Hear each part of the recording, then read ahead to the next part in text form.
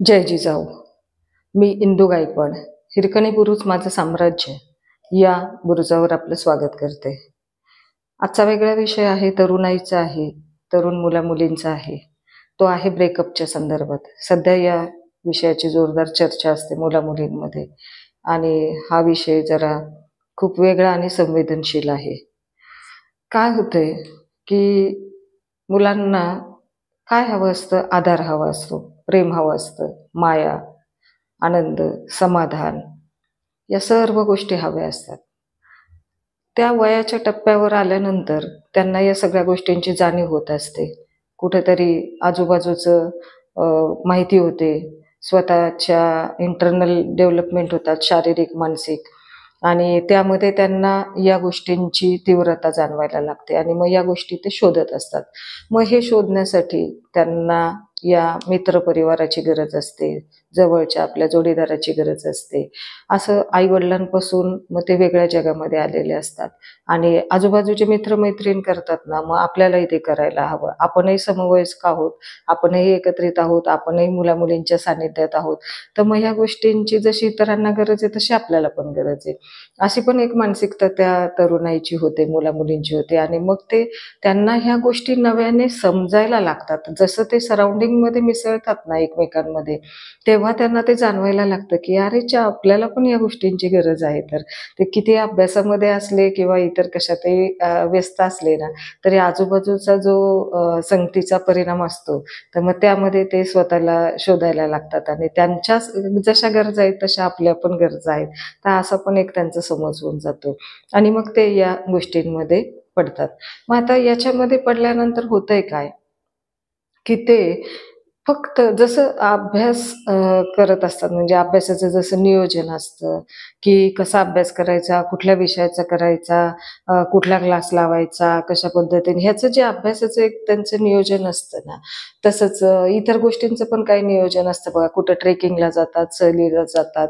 मग कसं जायचं, आपल्याकडं काय प्रवासासाठी आहे, गाडीची काय सोय आहे, आपल्याकडं पैसे किती आहेत, अंतर किती आहे, कुठल्या अंतरावरती आपण जाऊन किती वेळात परत येऊ, आपल्यासाठी ट्रेकिंगला जायचं तर ट्रेकिंगला शूज आहेत का, आपल्याकडं ते साहित्य आहे का बरोबर, तर नसेल तर मग ते खरेदी करतात, त्याचं बजेट काढतात.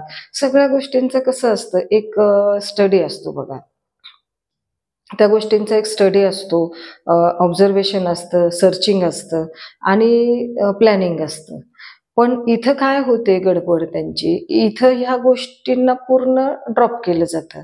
इथं कसं असतं आंधळा विश्वास आणि आजूबाजूचं काहीच त्या व्यक्तीच्या बाबतीमध्ये काहीच अभ्यास नसतो. म्हणजे ती व्यक्ती आपल्याला पूरक आहेत का? म्हणजे जसं परस्पर पूरक पाहिजे, तर तसं आपण पूरक आहोत का एकमेकांना? आपल्या काय महत्त्वाकांक्षा आहेत, आपले काही स्वप्न आहेत, आपलं काय ध्येय आहे, आपली परिस्थिती काय आहे, आपलं फॅमिली बॅकग्राऊंड काय आहे, आपले आई-वडील कसे आहेत आणि आपलं स्वतःची मेंटली आणि हेल्थ पोझिशन, कंडिशन कशी आहे, आपण फायनान्शियल आपली कंडिशन कशी आहे, पुन्हा आपल्याला काही प्रॉब्लेम्स आहेत का? तर आहेत, तर मग ते काय आहेत? आपल्या आयुष्यामध्ये आपली प्रायोरिटी काय आहे? एक एज्युकेशन आहे, पुन्हा आपल्याला करिअर आहे किंवा अजून काही एक सर्व्हिस आहे, काय आहे? तर हे सुद्धा त्या पर्सनला माहीत असावं लागतं, की आपलं ॲम्बिशन्स काय आहे. तर ह्या सगळ्या गोष्टीमध्ये आपण एका पर्सनला घेऊन येणार आहोत. आपल्या लाईफमध्ये खूप जवळ घेऊन येणार आहोत आणि आपण त्यासाठी त्याला तेवढा वेळ देणार आहोत. आपला जो स्टडी टाईम आहे, आपला जो वर्किंग टाईम आहे, आपला जो पर्सनल टाईम आहे, तर हा टाईम तुम्ही त्याला देणार आहात. फायनान्स देणार आहात, सगळंच देणार आहात. तुमचे इमोशन्स देणार आहात. सगळ्याच गोष्टी तुम्ही देणार आहात आणि त्याच्याकडूनही घेणार आहात.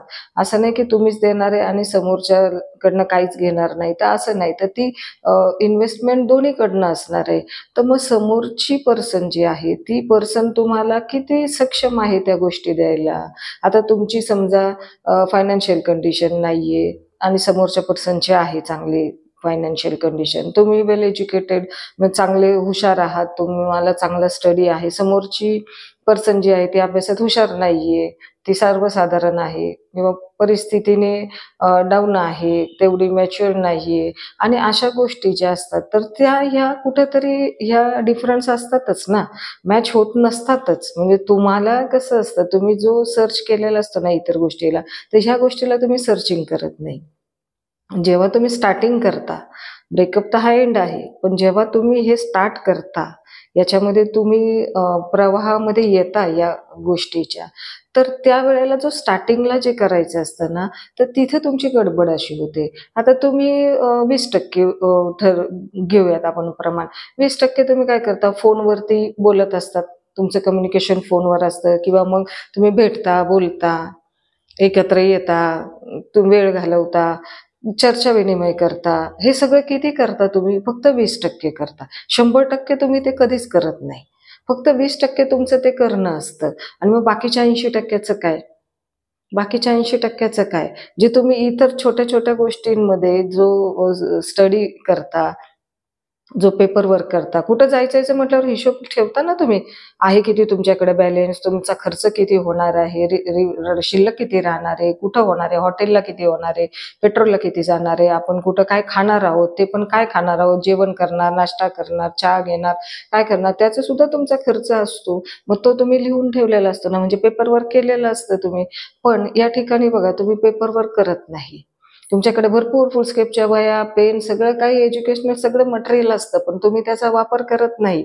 जिथं आपल्याला पर्सनल गोष्टीचे डिसिजन घ्यायचे असतात, जिथं आपल्याला आपल्या आयुष्यामध्ये एखाद्या पर्सनला आणायचं असतं किंवा आपण कोणाला तरी जवळ करायचं असतं, ॲक्सेप्ट करायचं असतं, तिने आपल्याला कसं ॲक्सेप्ट करायचं, आपण त्यांना कसं ॲक्सेप्ट करायचं, तर ह्याचं पेपर वर्क तुम्ही करत नाही.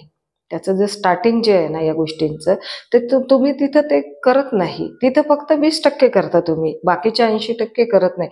तर ते तुम्ही करायला पाहिजे. ते पेपर वर्क याच्यासाठी करायचं, की तुम्हाला दोन्हीकडचा आरसा दिसला पाहिजे. तुमचा पण आरसा तुम्हाला क्लिअर कट असला पाहिजे.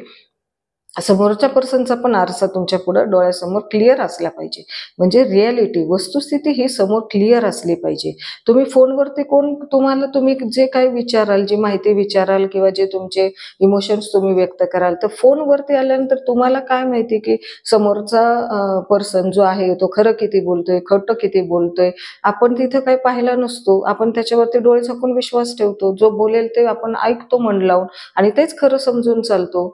किंवा आपणही काही समोरच्या पर्सनला बोललं तर ती पर्सन सुद्धा आपल्या बोलण्यावरती विश्वास ठेवते. आपल्या मनामध्ये काय असतं काय नाही आपल्याला माहित असतं, पण समोरच्या व्यक्तीला ते माहित नसतं.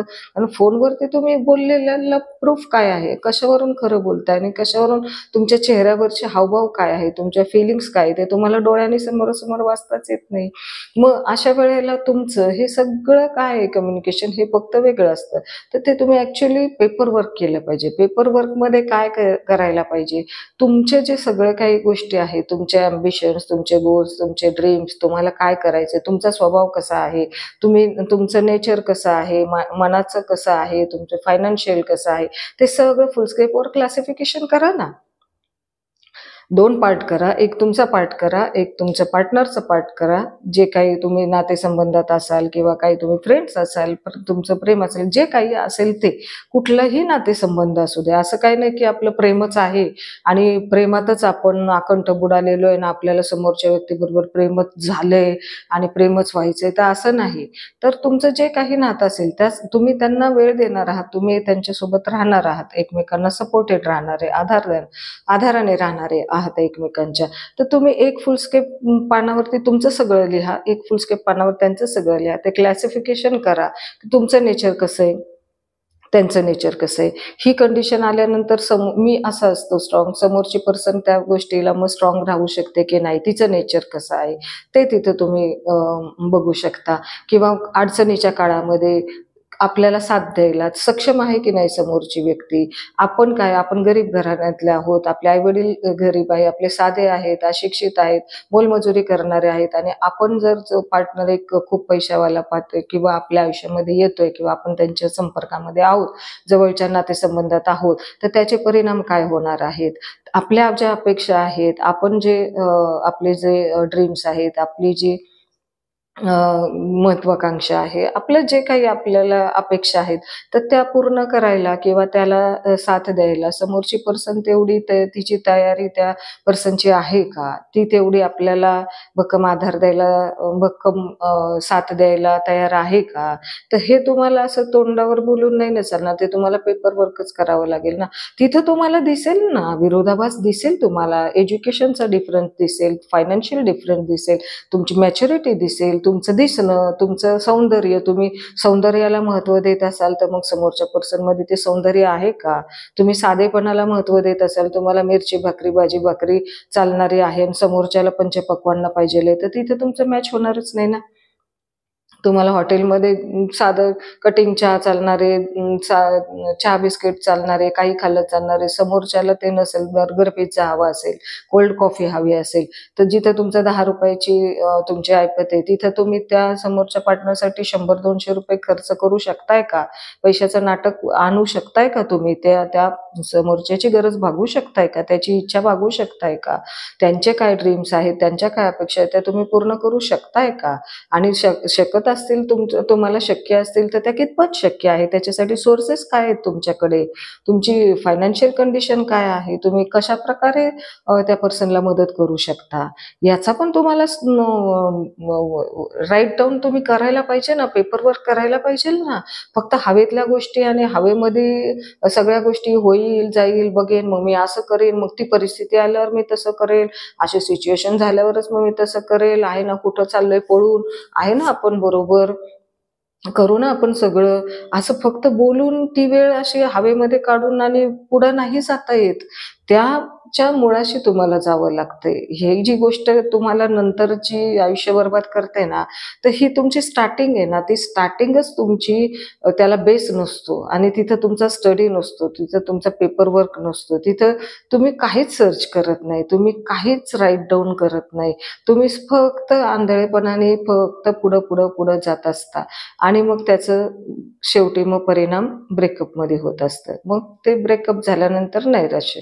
मग तुम्हाला हे पण माहीत असतं की ते होणार आहे, पण ही जी स्टार्टिंग आहे ना, ही तुम्ही करत नाही. ही जर केली ना, तर निश्चितच ब्रेकअप होणार नाही, आणि झाला तरी तुम्ही ते आधी एक्सेप्ट केलेलं असतं की त्याच्यातनं बाहेर कसं पडायचं. म्हणजे नैराश्यापर्यंत तर पोहोचतच नाही, येतच नाही नैराश्य मग.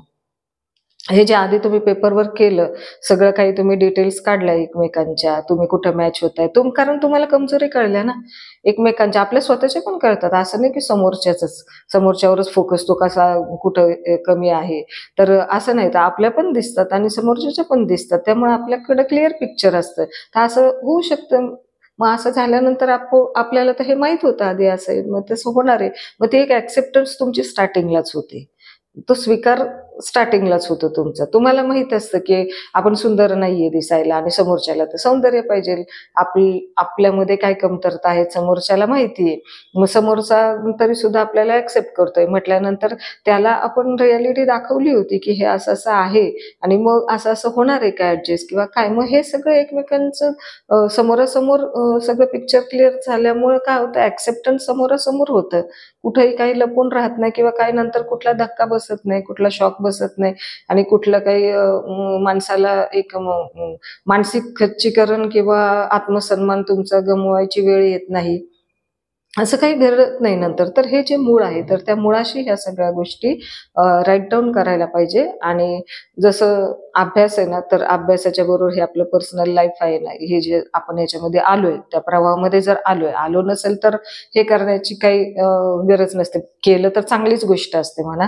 असं करायलाच नाही पाहिजे असं नाही. उलट केलं तर चांगलीच गोष्ट आहे. आपण आधीच शहाणे बनतो याच्यामध्ये. म्हणजे त्याच्यामध्ये पडायच्या आधीच आपलं शहाणपण येतं, आपलं डोकं ठिकाणावर येतं आणि आपण ह्या अशा वाटेला शक्यतो जातच नाही. परंतु अशा आपल्या अज्ञानाच्या अभावी आपण त्याच्यात जातो आणि मग त्याच्यामध्ये वाद जाऊन मग ते ब्रेकअप पर्यंत जात असतं. मग आता हे हे जे आपलं पेपरवर्क केलेलं असतं की नाही, हा आपला एक भक्कम आधार असतो. आपल्याला समोरचा माणूस काय आधार देणार आहे त्याचा आधारच आपल्याला तो पेपर दाखवतो. तो माणूस दाखवायच्या अगोदर आपल्याला पेपर दाखवतो की आपल्याला काय आधार मिळणार आहे आणि आपण काय आधार देणार आहोत. तर त्यासाठी हे मस्ट आहे, ते करणं गरजेचं आहे, करायला पाहिजे. आता काय होतंय बघा, आयुष्य भरकटतं कसं, हे वाटतं तेवढं साधी गोष्ट नाही. माणूस आहे, माणसाकडनं अपेक्षा असतात, माणसाला प्रेम हवंसं असतं, माया हवीशी असतं, माणूस शोधत असतो, त्याच्यामध्ये सर्वस्व पण झोकून देतो. कोणालाच असं वाटत नाही की आपली बरबादी व्हावी, आपण आयुष्य आपलं भरकटावं. एक सेटल होण्यासाठी आणि प्रेमासाठीच माणूस हे सगळं करत असतो. परंतु उघड्या डोळ्याने केलं पाहिजे, सावध होऊन करायची गरज आहे आणि सुरुवातीला त्याची जास्त गरज आहे. नंतर त्याचा काही उपयोग होत नाही. मग आता या ठिकाणी कसं होतं, की या गोष्टी जर आपल्याला समजल्या, तर मग नंतर काही प्रॉब्लेम जास्त येत नाहीत. आता नैराश्य हे येतच बरं का. नैराश्य हे येतच आणि मुला-मुलींनी ते ॲक्सेप्ट पण केलेलं असतं, की नैराश्य हे आपल्याला फेस करावं लागणार. कारण आधी काही केलेलं नसतं ना त्यांनी. मग काय होतं, की मग आता नैराश्य आल्यानंतर मग ते व्यसनाधीन होणार, कर्जबाजारी होणार, गुंडेगिरी करणार, बदला घेणार, असं केलं मग मी असं करेन, तू तसं केलं म्हणून मग मी आता असं करणार. तर मग ही भावना त्यांच्यामध्ये निर्माण होत असते आणि मग काय होतं, की ते झाल्यानंतर मग त्यांची दिशाच बदलते पूर्ण. मग त्या याच्यामध्ये काय होतं, की सूड भावना निर्माण होते. मग सूड भावना इतकी जबरदस्त होते ना, की मग त्याच्यामध्ये मग जे जीवन बरबाद झालेलं असतं, जे आयुष्य, तर ते अजून जास्त बरबाद होतं. मग तिथं काय होतं, की काळजी घ्यावी लागते. मग काळजी काय घ्यायची, की आता सुधारता तर येत नाही, मग स्वतःला सुधारावं लागतं. स्वतःला सुधारायचं म्हणजे स्वतःवरती फोकस करायचा, दुसऱ्याचा विषय पूर्णपणे सोडून द्यायचा. आपलं जे परिस्थिती आहे, आपले आई-वडील आपल्याला कसे शिकवत असतात, कसे सांभाळ करत असतात, याकडे आपण लक्ष दिलं पाहिजे. आधी आपण चुकलोय, ठीक आहे, नाही लक्ष दिलं, पण नंतर तरी अशी जेव्हा गोष्ट घडते, तर त्यावेळेला त्याचे परिणाम स्वतःलाही भोगावे लागतात आणि आपल्या संपूर्ण कुटुंबालाही भोगावे लागतात. त्यासाठी बघायचं आपले आई कसे आपल्याला शिकवतात. आपले आई मोलमजुरी करणारे आहे, काम करणारे आहेत आणि कसं तरी आपल्याला शिकवता येते, आपल्याला कसं तरी उभं केलं. आपण नैराश्यामध्ये जाणार, व्यसनी होणार, इकडून-तिकडून पैसे काढणार, खर्च होणार आणि आपल्याला शरीराला दुखापत, मनाला दुखापत, या सगळ्यांचंच नुकसान होणार आहे ना. मग हे सगळं का घडवून द्यायचं? आपल्या आई-वडिलांनी आपल्याला त्याच्यासाठी हे केलेलं आहे का? बघा जरा आई-वडील कसे आपल्याला जगवतात. किती उदार-पादार करून किराणा माल भरतात महिना चालवायला, घर खर्च भागवायला. तुम्हाला खायला मिळावं म्हणून उदार-पादार करून खायला घालतात. कधी बघा त्यांना, की जेव्हा उधारी फेडत नाही ना, तेव्हा तो दुकानदार कसा आई-वडिलांचा अपमान होतो, कसा उधारी वसूल करायला तुमच्या घरी येऊन वस्तू उचलून नेल अशी धमकी देतो आई-बापाला. बघा जरा कधी काम मालकाकडं ॲडव्हान्समध्ये पगार मागतात वडील. घर खर्चाला पैसे पुरत नाही म्हणून, दवाखान्याला तुम्ही काही करून घेतलं, प्रेमभंग झाला, हे झालं, ब्रेकअप झाला, असं झालं, तसं म्हणून कोणी काही औषध पिऊन घेतं, कोणी काय करून घेतं, कोणी शरीराला इजा करून घेतं, किंवा कोणाला दुखणं येतं, आजारपण येतं. त्यावेळेला बघा आई-वडील पायथ्याशी, उशा पायथ्याशी बसतात तुमच्या. दवाखान्यामध्ये न्यायला, ट्रीटमेंट करायला, ॲडमिट करायला पैसे नसतात. 4 घरं हिंडतात, ते पैसे मागत हिंडतात, की पोराला दवाखान्यामध्ये न्यायचंय, असं-असं झालंय, काय पैशाची मदत करा म्हणून.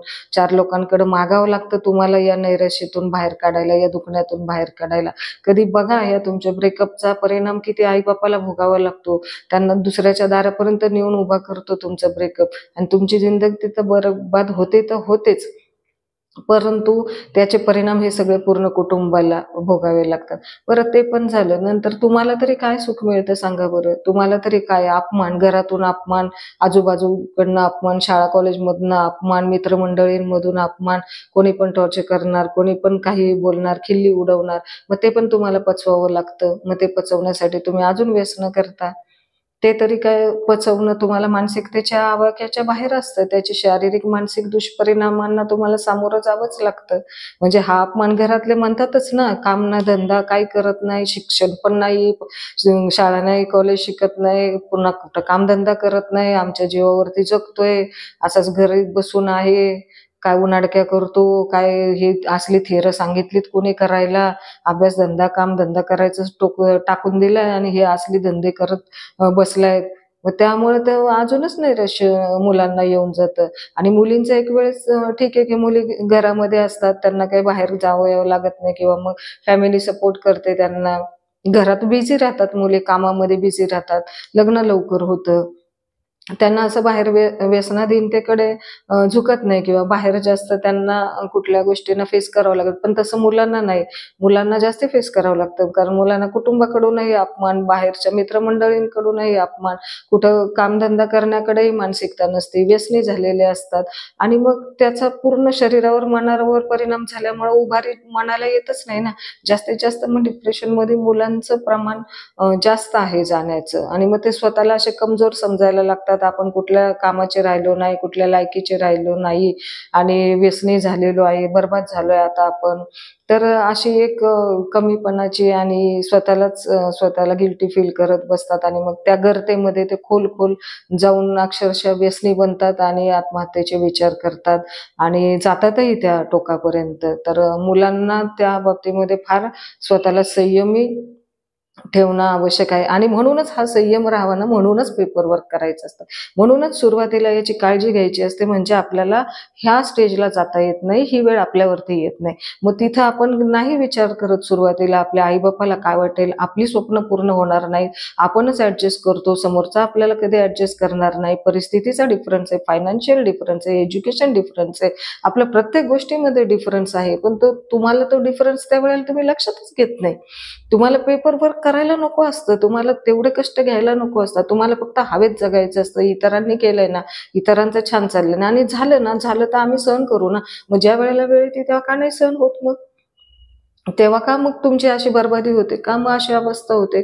का मग जीव द्यायपर्यंत तुमची परिस्थिती निर्माण होते? जर तुम्ही किती वर्ष तुम्ही केलं असेल, 5 वर्ष, 10 वर्ष, तर मग तुम्हाला ती जर तुम्ही त्या 5 वर्षापूर्वी मनाची तयारी केली होती ना, की मी 5 वर्षांनी माझं असं होणार आहे आणि ते झालं 5 वर्षांनी. मग 5 वर्षांनी झाल्यानंतर मग का तुम्ही मग जाता डिप्रेशनमध्ये? मग 5 वर्ष तुम्हाला अनुभव आलेलाच असतो ना, की असं होणार आहे, जाणार आहे.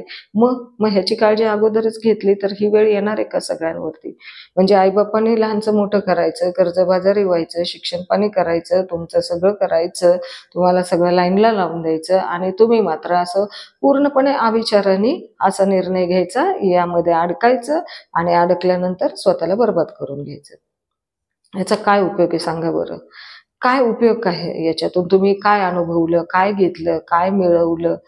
काय काय मिळालं काय या सगळ्या गोष्टींमधून? आणि कुणाला मिळालं? असं तर होत नाही ना, की आपल्यालाच मिळालं आणि समोरचा बरबाद झाला, समोरच्याला मिळालं आणि आपण बरबाद झालो. दोन्ही बरबाद होतात ना. या ठिकाणी दोन्ही बरबाद होतात ना, कारण दोन्ही हे पेपर वर्क करत नाही ना. एकानेच नसतं करायचं. दोन्ही दोन्ही बाजूनी पेपर वर्क करायचं असतं. दोन्ही बाजूला, कारण दोन्ही बाजू अपेक्षा ठेवून येत असतात.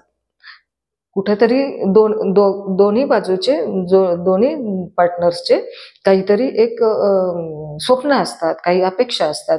तर दोन्ही बाजूने ते एकमेकांवरती विश्वास ठेवून येत असतात. परंतु दोन्ही बाजूनी पेपर वर्क केलंच जात नाही. असंच बिनधास्त यायचं, प्रवाहामध्ये उडी मारायची आणि काय होईल ते होईल, आम्ही बघून घेऊ. आणि मग जेव्हा बघून घ्यायची वेळ ते होतच, त्यावेळेला जेव्हा गटांगळ्या पाण्यामध्ये खायची, नाकातोंडात पाणी जातं आणि त्यावेळेला जेव्हा वेळ येते ना, मग त्यावेळेला मग डिप्रेशनच्या कुबड्या घ्यायच्या मग. आणि मग त्या कुबड्या घ्यायच्या आणि मग स्वतःला सुरक्षित ठेवायचं ना. असं झालं म्हणून माझं असं झालं, तसं झालं म्हणून तसं झालं, ती व्यक्ती अशी निघाली म्हणून माझं असं झालं, त्यांनी मला साथ नाही दिली म्हणून माझं असं झालं. मग हे सगळं एकमेकांच्या डोक्यावरती खापर फोडत राहायचं, स्वतःचं आयुष्य बरबाद करून घ्यायचं.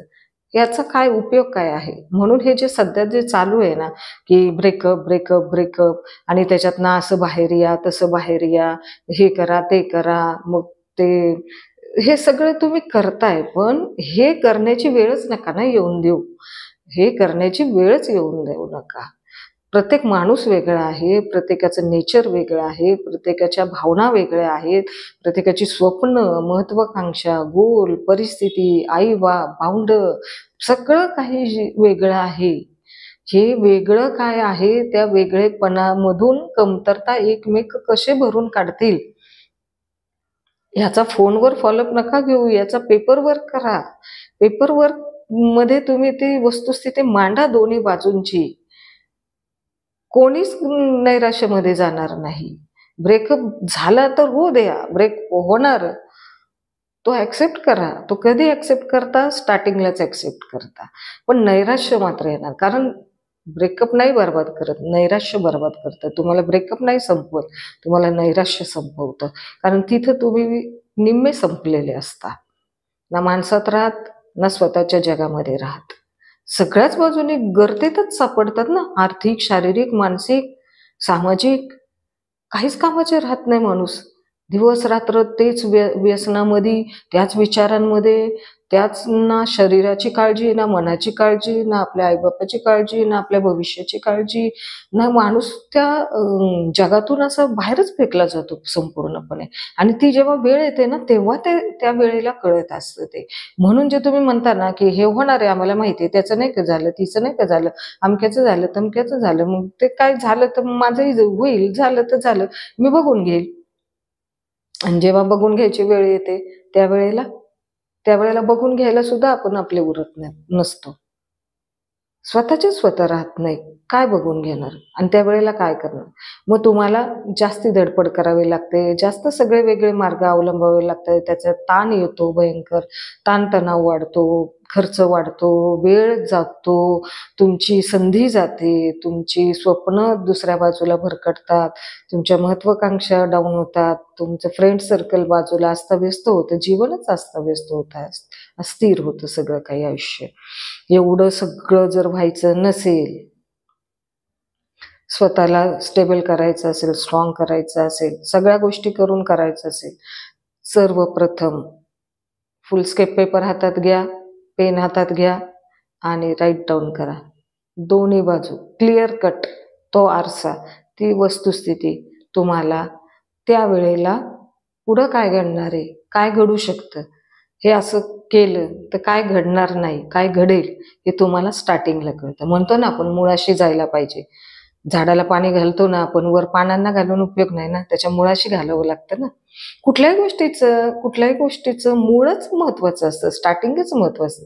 अभ्यास करताना नाही का तुम्ही, अभ्यास करताना काय करता, पहिले इंडेक्स बघता ना, अनुक्रमणिका बघता ना, कुठले कुठले धडे, कुठले धडे, किती मार्कांना आहे, कसं आहे, काय, हे पहिलं बघता ना, मग तुम्ही त्या टॉपिककडे जाता ना. सगळ्या गोष्टीला एक काहीतरी क्रम आहे ना, स्टार्टिंग आहे ना. असं लगेचच कुठल्याही गोष्ट आली आणि झाली असं होत नाही ना. कुठल्याही गोष्टी ज्या आहे त्याचं मूळ जे आहे, तर त्या मुळालाच सगळ्या गोष्टी असतात. समस्या, त्या समस्यांचं उत्तर हे पण मुळाशीच असतं, स्टार्टिंगलाच असतं, नंतर नसतं. म्हणून काय करायचं, ठीक आहे, झालं गेलं सोडून द्यायचं. इथून पुढे आपल्याला या गोष्टींमध्ये पडायचंय किंवा पडलेलं असेल किंवा विचार असेल किंवा काही झालं गेलंही असेल, तरी सुद्धा आत्ता आणि आजपासून जरी तुम्ही पेपरवर्क केलं ना, तरी तुम्हाला बऱ्याचशा गोष्टी तुम्हाला समजेल. समुपदेशकाकडे तुम्हाला सांगावं लागतं, असं झालं तसं झालं, स्टार्ट टू हिस्ट्री, त्यातलं आपण किती सांगतो, किती झाकून ठेवतो, हा तर काही बेभरोसे का. कोणाला कितपत, खूप जवळचे मित्रमंडळी असतात, ते विचारतात कसं झालं, काय झालं, त्यांना काही सगळंच डिटेल्स देत बसत नाही. काही मुठभर स्वतःचं ठेवून हातचं राखूनच सांगत असतो, करत असतो. पण आपण स्वतःला तर सांगू शकतो की नाही. आपण स्वतःची दोन मनं असतात ना, चांगलं वाईट, मी काय चांगलं केलं, मी काय वाईट केलं, लिहून काढा ना. वाईट केलं ना कुणाचं, ते पण लिहून काढा आणि चांगलं केलं ना तर ते पण लिहून काढा. तुम्हाला क्लिअर तुमचं मन दाखवेल ना की तुम्ही चुकलात कुठं, तुम्हाला करायचं होतं काय, तुम्ही केलं काय, तुमच्याकडे चुकून घडून गेलं किंवा तुम्ही जाणून बुजून घडवलं किंवा त्याचे परिणाम असे झाले, आता त्याचे पुढे परिणाम असे झाले, हे सगळं क्लिअर कट तुम्हाला तुमचा आरसा तिथे तुम्हाला दाखवतोय ना. तुम्ही ते लिहून काढा. चांगली बाजू पण लिहा तुमची, वाईट जे तुमच्या चुका झालेल्या, जिथं तुम्ही अडलात किंवा जिथं तुम्हाला प्रवाह मिळाला नाही, जिथं तुमच्या अपेक्षेप्रमाणे तुम्हाला साथ मिळाली नाही, काहीही जे काही झालेलं असेल तर तेही लिहून काढा. त्याच्यातून काय होईल, तुम्हाला मार्ग दिसेल आणि त्या प्रश्नांची उत्तरं मिळतील. मार्ग तर दिसेल ना तुम्हाला. मार्ग दिसला म्हणजे मग काय होईल, तुम्हाला त्या मार्गावरून चालता येईल. कारण तुमच्यामुळे जी परिस्थिती निर्माण झालेली आहे, त्या परिस्थितीतून तुम्हीच बाहेर पडू शकता ना.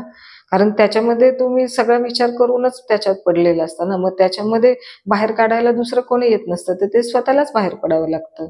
मग हेच जेव्हा तुमच्या पुढं येईल सगळं क्लिअरिटी येईल सगळ्या गोष्टींची, तेव्हा तुम्हाला क्लिअर डिसिजन घेता येईल, क्लिअर मार्ग दिसेल आणि त्या मार्गाने तुम्ही जाऊ शकता आणि लवकर या तुमच्या नैराश्यातून पटकन तुम्ही बाहेर पडू शकता.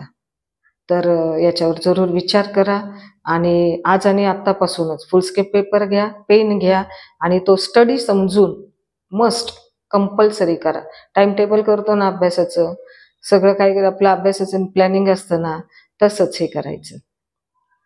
ते करा आणि तुम्हाला बघा त्याच्यातून तुम्हाला बरेचसे तुमचे सिच्युएशन क्लिअर होईल, प्रॉब्लेम्स दिसतील, त्याच्यावरती तुम्हाला रिझल्ट पण काढता येईल आणि नव्याने काही करता येईल. कारण ते जे झालेलं असतं, गेलेलं असतं, ते सगळं जुनं झालेलं असतं.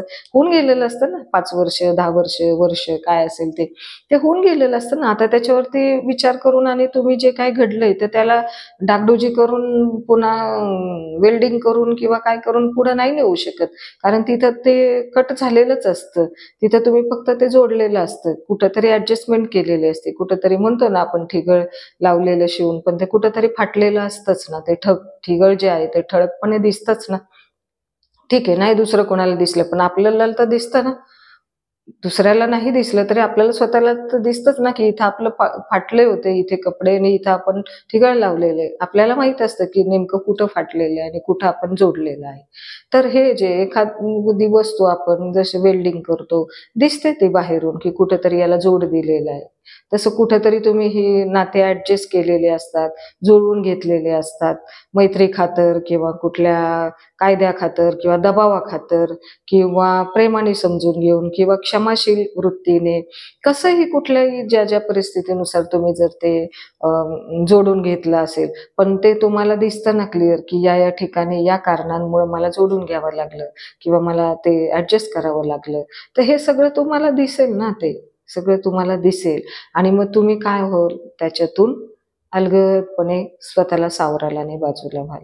तर डिप्रेशनमध्ये आयुष्यभर नाही जगायचं, छान जगायचं. हा काही खूप मोठा गुन्हा नसतो, की ही एक फेज असते ती आणि ती येते कशी, ती अशी अचानक येत नाही. आपल्या या दुर्लक्षपणामुळे येत असते. आपण जे पेपर वर्क करत नाही ना, स्टडी करत नाही ना त्याचं मूळ कारण. मुळाशी जात नाही. स्टार्टिंगला जी गोष्ट आहे ना, त्याच्या मुळाशीच जात नाही. आपण मुळाला पाणी घालत नाही, पानांना पाणी घालत बसतो आणि मग त्यामुळं काय होतं, मुलांचं तिथं जे आयुष्य आहे ना, त्यात इथं जास्त भरकटतं. तर हे आता मुला-मुलींचं प्रमाण जास्त आहे म्हणून मुला-मुलींच्या बाबतीमध्ये मी सांगते. हे जे तरुणाई आहे ना, की जे आजूबाजूला चाललंय ना, मग मला पण करायला पाहिजे. मी पण सक्षम आहे ना ते करायला. असं त्यांना एक थोडासा जास्तीचा आता मोबाईलची पण दुनिया आहे.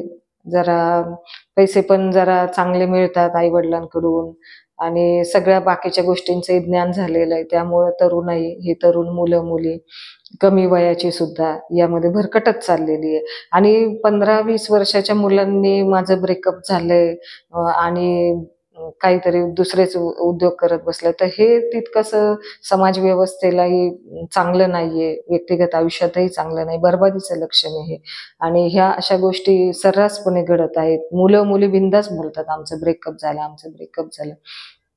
आणि म्हणून मग हे असं आम्हाला अभ्यास नाही आम्ही करत, हे नाही करत, ते नाही करत. पालकांच्या कंप्लेंट्स येतात, बाकीच्या हाणामाऱ्या सुरू होतात. तर हे वाईट आहे. हे जे आहे ना, हे या पिढीचं जे चालू आहे, तर ते जरा वेगळ्या दिशेला चाललेलं आहे. तर हे तुम्ही टाळलं पाहिजे. टाळलं पाहिजे म्हणजे हे केलंच नाही पाहिजे. इथपर्यंत वेळच नाही येऊन द्यायची. म्हणून आपण जसा अभ्यास करतो ना, तसंच आपल्या या व्यक्तिगत आयुष्याचा सुद्धा अभ्यास करायचा आणि याच्यामध्ये पास व्हायचंय आपल्याला. नापास नाही व्हायचे. कारण हा आयुष्याचा प्रश्न आहे. शाळेची परीक्षा नापास झाली तर पुढच्या वर्षी देता येईल. अजून त्याच्या पुढच्या वर्षी पण देता येईल. पण आयुष्याचं काय करणार? आयुष्याची परीक्षा तर सतत देता नाही ना येत. संधी तुम्हाला सारखी नाही ना मिळत. वातावरण तुम्हाला सारखं नाही ना मिळत. त्याच गोष्टी सारख्या नाही ना मिळत. एकदाच संधी मिळत असते. आपलं शरीर, मन हे सुदृढ ठेवायचं आणि छानपैकी एका नव्या ताकदीने, उमेदीने या गोष्टींना बाजूलाच करायचं. स्टार्टिंगलाच याचा फडशा पडायचा. जे काही आहे ना समोरासमोर, जे काय आहे ते फोनवर-बिनवर नाही, कागदावरती. तर हा कागद जो आहे ना तुमचा, कागद हा पुरावा आहे.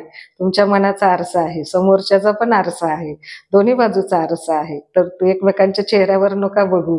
एकमेक बोलतात काय तोंडावर आपल्याला त्याच्यावर नका बघू. तुम्ही कागदावरती बघा, पेपरवर बघा.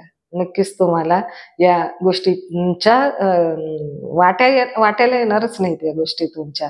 हा विषय तुमच्यापासून कोसो दूर राहील. बाकीचं होईल सगळं. प्रेम होईल, तुमची मैत्री होईल, छान तुमचे रिलेशन्स होतील, छान संबंध होतील, छान सगळ्या गोष्टी आनंदाने, नैसर्गिक गोष्टी आपल्याला त्या त्या वयामध्ये आपल्याला एन्जॉय करता येतात. अभ्यास, सगळ्या गोष्टी ह्या.